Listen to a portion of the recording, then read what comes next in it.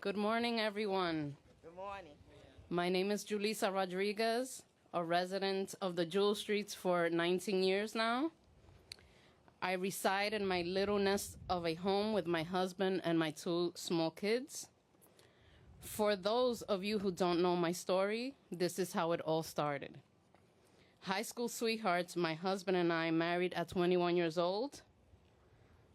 Born and raised in this beautiful city, we did not see ourselves living anywhere else other than New York. Smart lady. But unfortunately, being so young and starting our careers, we were looking for an affordable home.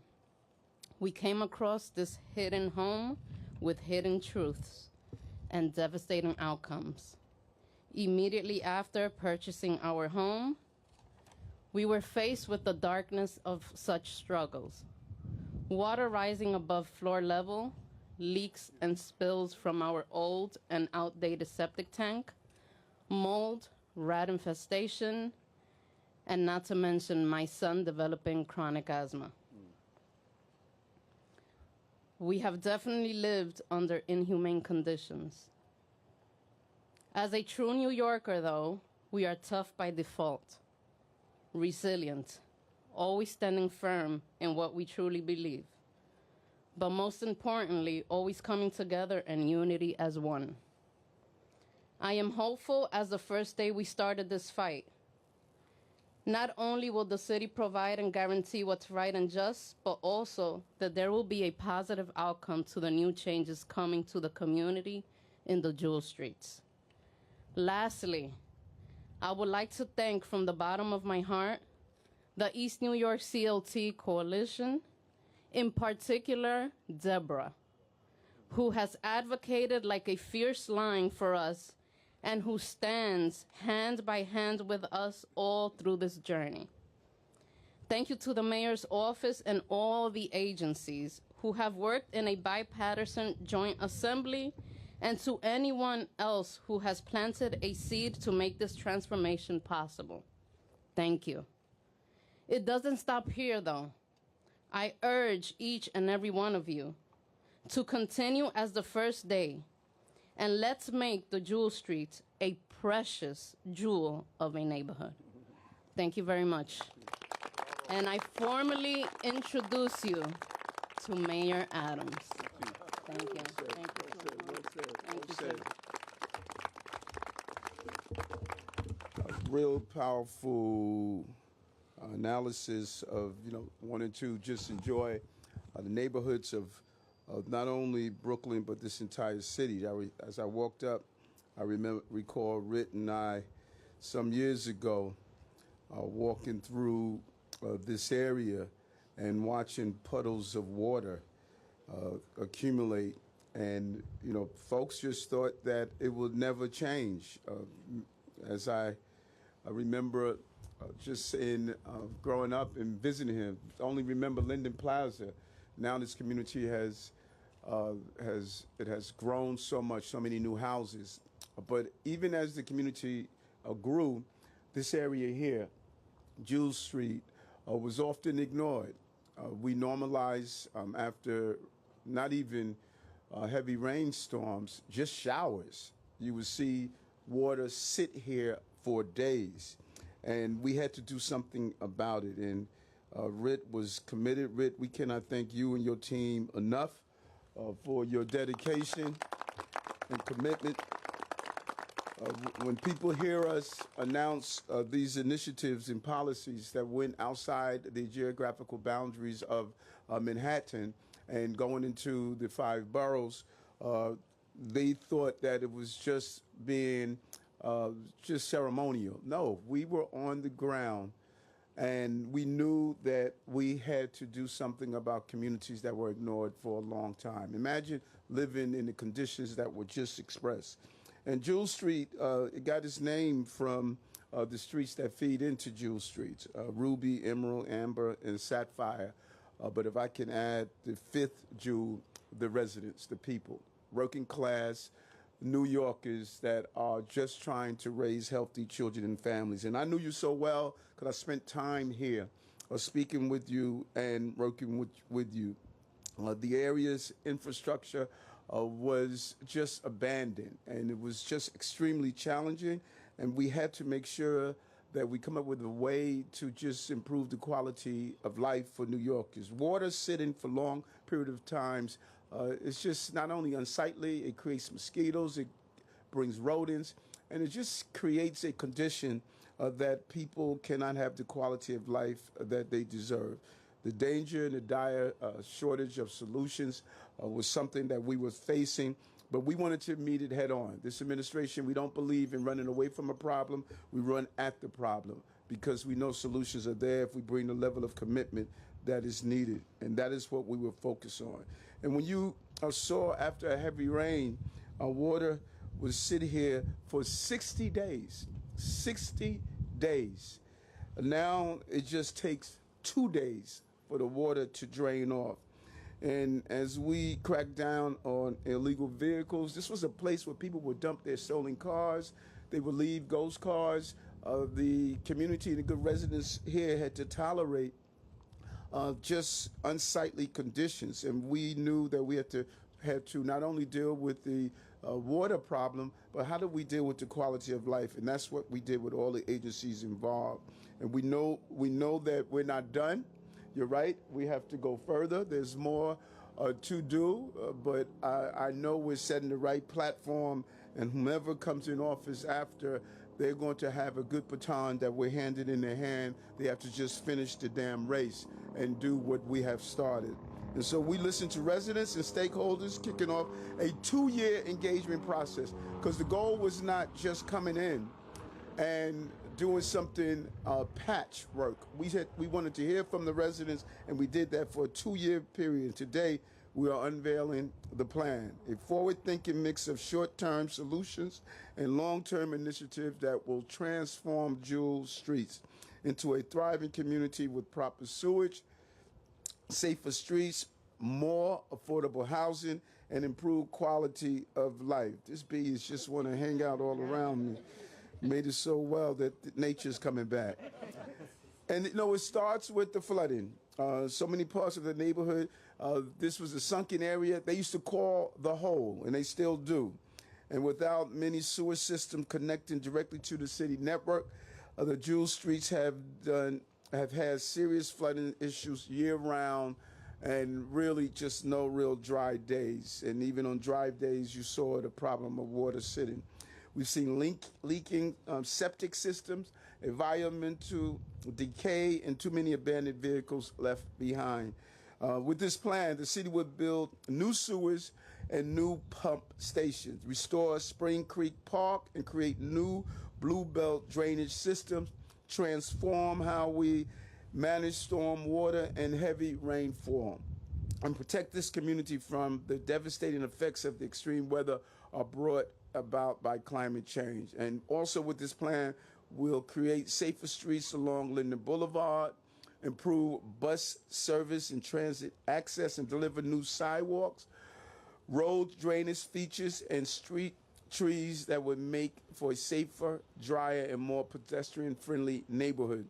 When you put it all together, we're going to commit to $146 million into safer streets and infrastructure for this neighborhood. And finally, we'll prove once again that this is the most pro-housing administration in the history of the city. To add on to our comprehensive housing, City of Yes plan, 426,000 units of housing, breaking records, building more affordable, building more housing in year 1, year 2, and year 3, moving more people out of homelessness into permanent housing, our neighborhood rezoning plans. You could go on and on and on and on.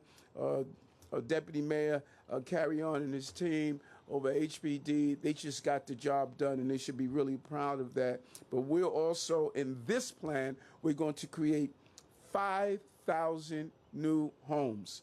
That includes an ambitious rezoning initiative to overhaul the area zoning code and unlock thousands of new homes. And it includes plans to transform 17 acres of city-owned land into even more housing.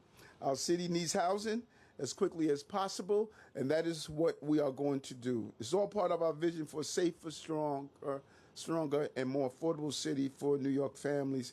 And we have brought ambitious plans like this to every part of the city. Build homes, fill vacant storefronts with our City of Yes initiative, and release 5 new neighborhood plans, including the Bronx Metro North and Jamaica neighborhood plans, and reimagine iconic New York City neighborhoods, including our Future of Fifth Avenue plan. Just getting it done, making the city affordable, safe, and livable for everyday New Yorkers. So we have not forgotten East New York, such an important part of our city, and this is a legacy project that is going to make this community livable for the working class people of the city. I want to now turn it over to the Housing Deputy Mayor Mayor Carion. Thank you, sir. Thank you, Mayor. I'm delighted to be here. I have to tell you, Julissa, thank you for sharing your family story. You know, this is a day of justice, long overdue. You know, Mayor, when I was a commissioner of the Housing Preservation and Development Department, I came here, and you know, we have a neighborhood strategies office. They've got their jackets and they're standing behind you. And they're really cool people. They're like the cool kids, right? They walk around the city talking to people, engaging local communities. But when Michael and his team, Michael Sandler, described the whole to me, I kept being incredulous. I said, that can't be. That can't be. They showed me pictures. I said, those pictures are doctored. That's crazy. In New York City, back, I guess we walked the streets here in 22, 23. They said you're going to have to wear boots, jeans, and really get ready to see something that's incredible. So I wore my boots, expecting that it was really an exaggeration, and it was so far worse than what I expected and saw in pictures. And it hadn't rained for days here when we came, and there were impassable streets with people's homes right alongside the water, with the trash piled up, ready for the Department of Sanitation to do its proper collection, and people trying to be responsible New Yorkers in the midst of third world conditions. It was shameful.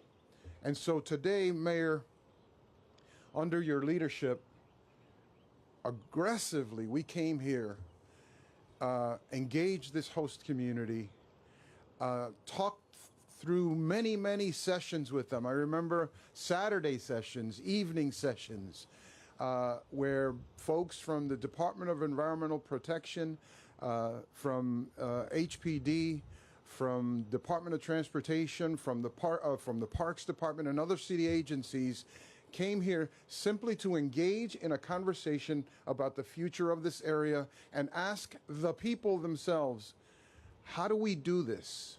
How do we best serve you and build a strong neighborhood? And so I want to just, on behalf of the administration, now that I serve as deputy mayor, I want to thank the Housing Agency, DEP, DOT, all of the other agencies, Commissioner Agarwala, Commissioner Tagani, their teams, my colleague, Jeff Roth, the Deputy Mayor for Operations, and his team, and all of the people who together made this day and this announcement possible. This is a part of a process that will continue. There will be a uniform land use review procedure. The mayor talked about 5,000 units of housing, about essentially building a new neighborhood just a stone's throw from here on 17 acres of city-owned land. There will be a transformation of these streets, and there will be, finally, Julissa, respect and honor shown to the people of this neighborhood. So to everybody who's been part of this, I want to say thank you. I don't want to repeat what the mayor said because that's always boring. He said it already. All the stuff we're going to do here. I do want to say thank you to the public servants. I want those of you who are not the press, maybe even the press might give them an applause for the beautiful work that they've done. Thank you to all of you. Thank you very much. And I think at this point, Mayor, I get to announce this powerful young lady who is sort of the force behind so much of this work. She represents the host community. She makes good trouble through the East New York Community Land Trust. Thank you for being a voice of conscience and getting us here and organizing this community. Deborah Ack. Where is she?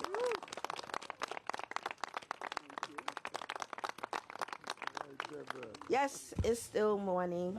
Oh, I have to lower my voice. I'm so loud. Hi, my name is Deborah Ack, and I am a co-founder and also a board member of the East New York Community Land Trust. When we began organizing in the Jewel Streets 4 years ago, residents told us they had tried addressing their concerns with various government agencies for decades to no avail. They raised their voices, and too often they were met with silence. They were frustrated, they were jaded, and many felt like giving up. But they did not. And because they kept up the fight, we are here today. We are thrilled that the city has unveiled a detailed plan to deliver critical infrastructure improvements, addressing flooding, and improve the quality of life.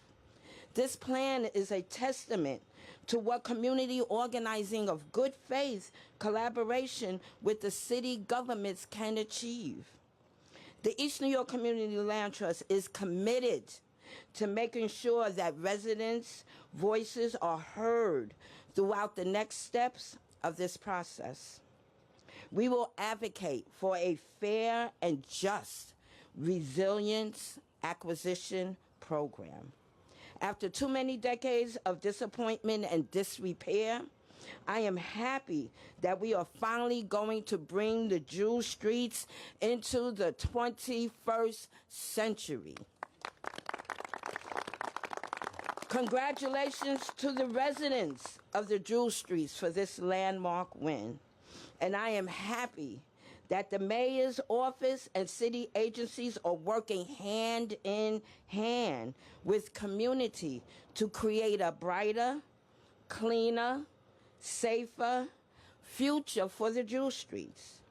Thank you to everyone for making this happen, and thank you to everyone for coming out today. Thank you. Thank you, Deborah. So much. Mayor Adams, how are you? Good. How are you? Good. How can you kind of comfort people who have heard City Hall officials before, dating back decades, say things are going to get fixed? How can you tell them this is different? And secondly, how can you compensate people fairly who choose to leave? Well, the deputy mayor will go into that. We are looking, those who want to lead the area, we're looking to do a fair buyout for their property, but I would encourage them not to do so.